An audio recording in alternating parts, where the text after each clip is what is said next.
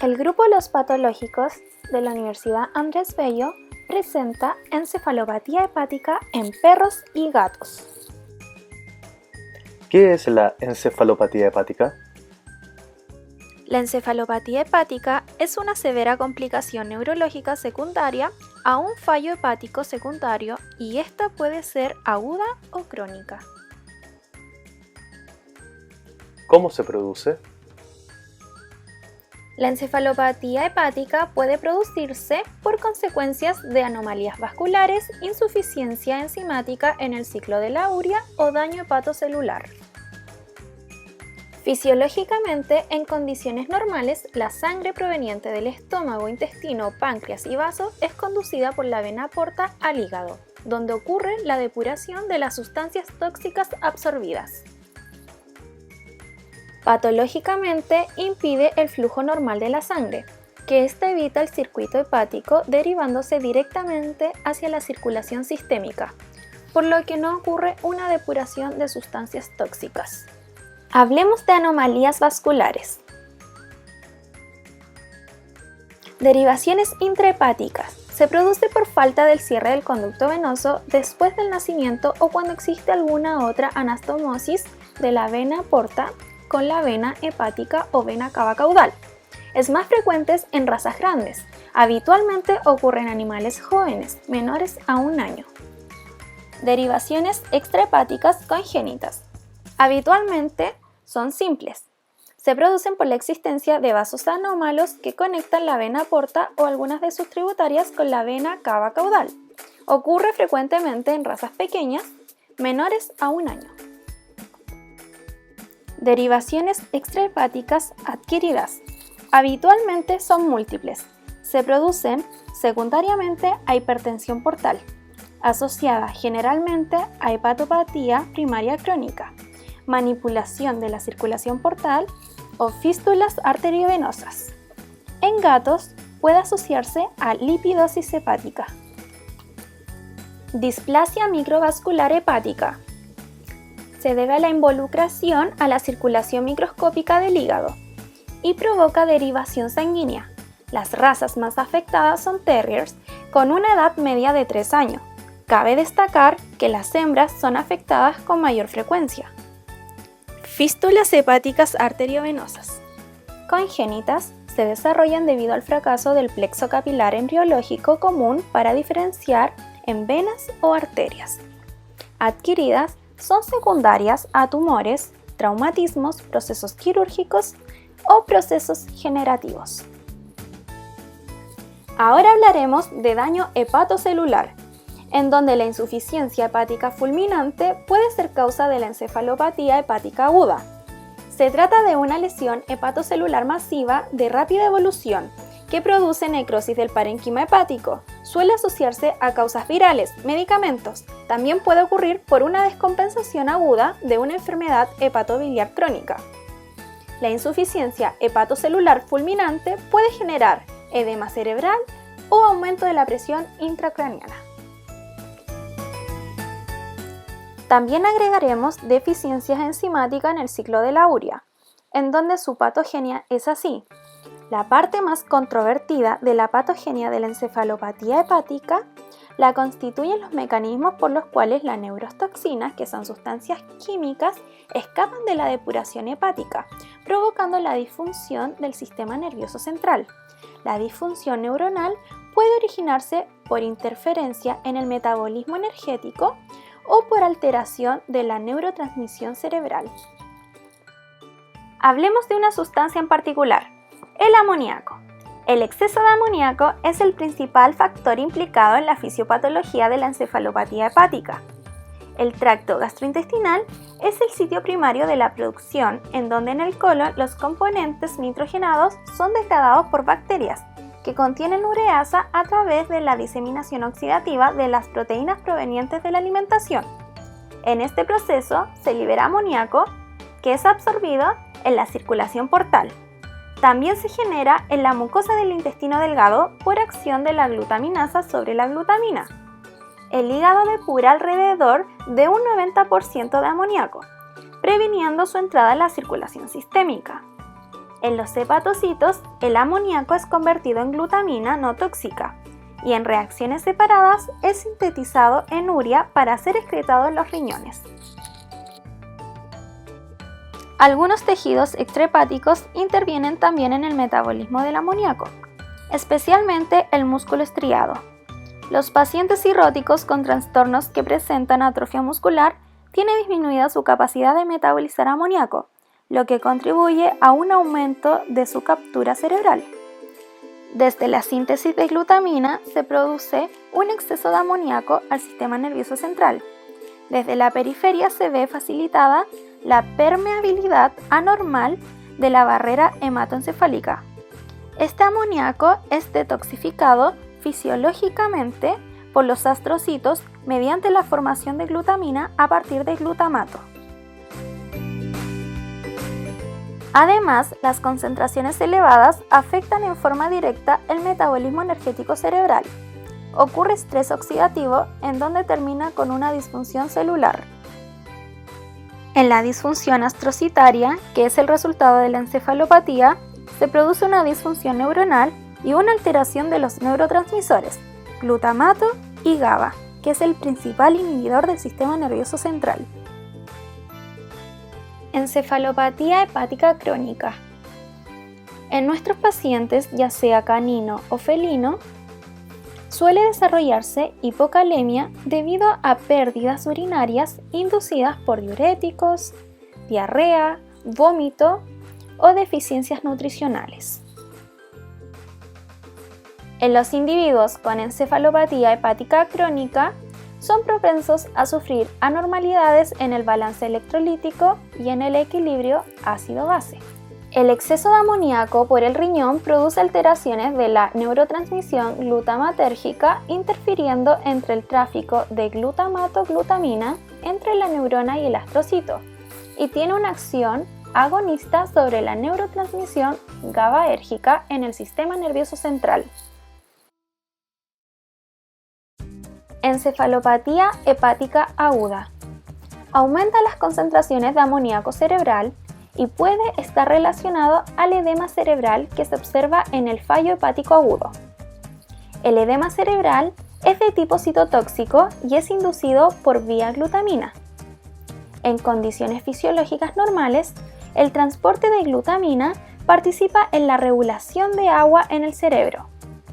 El aumento del contenido de agua cerebral inducido por amoníaco es mediado por los efectos osmóticos debido al aumento de la glutamina astrocítica, por lo que en el metabolismo energético cerebral ocurrirá la pérdida de conciencia o también coma hepático. Manganeso. El manganeso es un mineral con el potencial de ser neurotóxico. Este es excretado por la vía hepatobiliar. La derivación portosistémica permite que la sangre con altas concentraciones de manganeso en la circulación esplácnica llegue a la circulación sistémica. Los astrocitos tienen un mecanismo de transporte de alta afinidad. Por ende, causará daño oxidativo y disfunción mitocondrial. Este mineral produce Alzheimer tipo 2 en los astrocitos. Benzodiazepinas endógenas. Las benzodiazepinas endógenas ingresan al organismo a través de dietas vegetales o pueden ser sintetizadas en la flora intestinal del animal. En pacientes con cirrosis, estas benzodiazepinas escapan del metabolismo hepático, sobreestimulando a los receptores benzodiazepínicos, potenciando la neurotransmisión GABAérgica. Falsos neurotransmisores. En pacientes con cirrosis hepática, los niveles de aminoácido de cadena ramificada son bajos. En pacientes con hiperamonemia, existe una mayor liberación del glucagón, lo que aumenta la utilización de los aminoácidos de cadena ramificada. Por otra parte, los aminoácidos aromáticos son débilmente degradados, lo cual genera la acumulación de este tipo de aminoácidos, que van a ocupar los transportadores de la barrera hematoencefálica, lo que favorece la entrada de estos aminoácidos al cerebro, los cuales son precursores de neurotransmisores débiles. ¿Pero cuáles son estos neurotransmisores?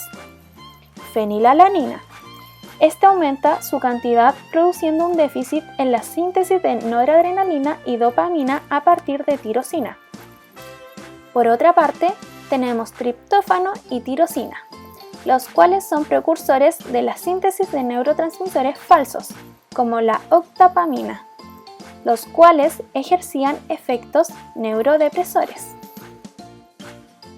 Factores precipitantes de la encefalopatía hepática. Ingesta excesiva de proteínas. La entrega de una carga de proteína grande desde el tracto gastrointestinal, ya sea desde una dieta inadecuada o en forma de hemorragia gastrointestinal, puede precipitar los signos clínicos de la encefalopatía hepática.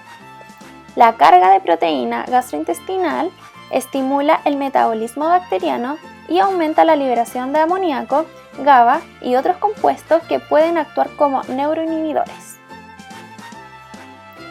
Infección. La presencia de la infección, particularmente la sepsis, puede precipitar la encefalopatía hepática. La migración reducida de leucocitos, junto con la disminución de la actividad bactericida y la alteración de la fagocitosis, hacen que los pacientes con enfermedad hepática crónica y malnutrición particularmente sean más susceptibles a las infecciones. Estas infecciones aumentan el metabolismo de proteínas, lo que lleva a un aumento de los precursores de amoníaco y aminoácidos aromáticos. Las infecciones también pueden estimular el síndrome de respuesta inflamatoria sistémica, que puede exacerbar el daño al sistema nervioso central. En esta inflamación estarán presentes las células inflamatorias denominadas citoquinas, como el factor de necrosis tumoral y la interleuquina 6. Estas citoquinas aumentan la difusión de amoníaco en el sistema nervioso central y la expresión de sitios de unión para benzodiazepinas. Grados de encefalopatía hepática y sus signos clínicos. Grado 1. Va a presentarse con depresión, apatía, cambios de personalidad y poliuria. En el grado 2, va a presentarse con ataxia, desorientación, torneo, ceguera aparente, cambios de comportamiento, salivación. En el grado 3 va a presentarse con estupor, salivación severa, convulsiones, y en el grado 4 va a presentarse en un estado de coma. En los signos vamos a hacer una diferencia entre nuestros pacientes felinos y caninos. En perros vamos a encontrar shunt portosistémico congénito, criptorquidismo, obstrucción uretral asociada a urotiliasis del urato, y en los gatos vamos a encontrar tialismo y convulsiones. Tratamiento. La metodología básica para su manejo consiste en una combinación de restricción proteica en la dieta, agentes de acción local que disminuyan la formación de amoníaco absorbible y aceleren la evacuación intestinal, y antibióticos que eliminen las bacterias generadoras de amoníaco y otras toxinas entéricas.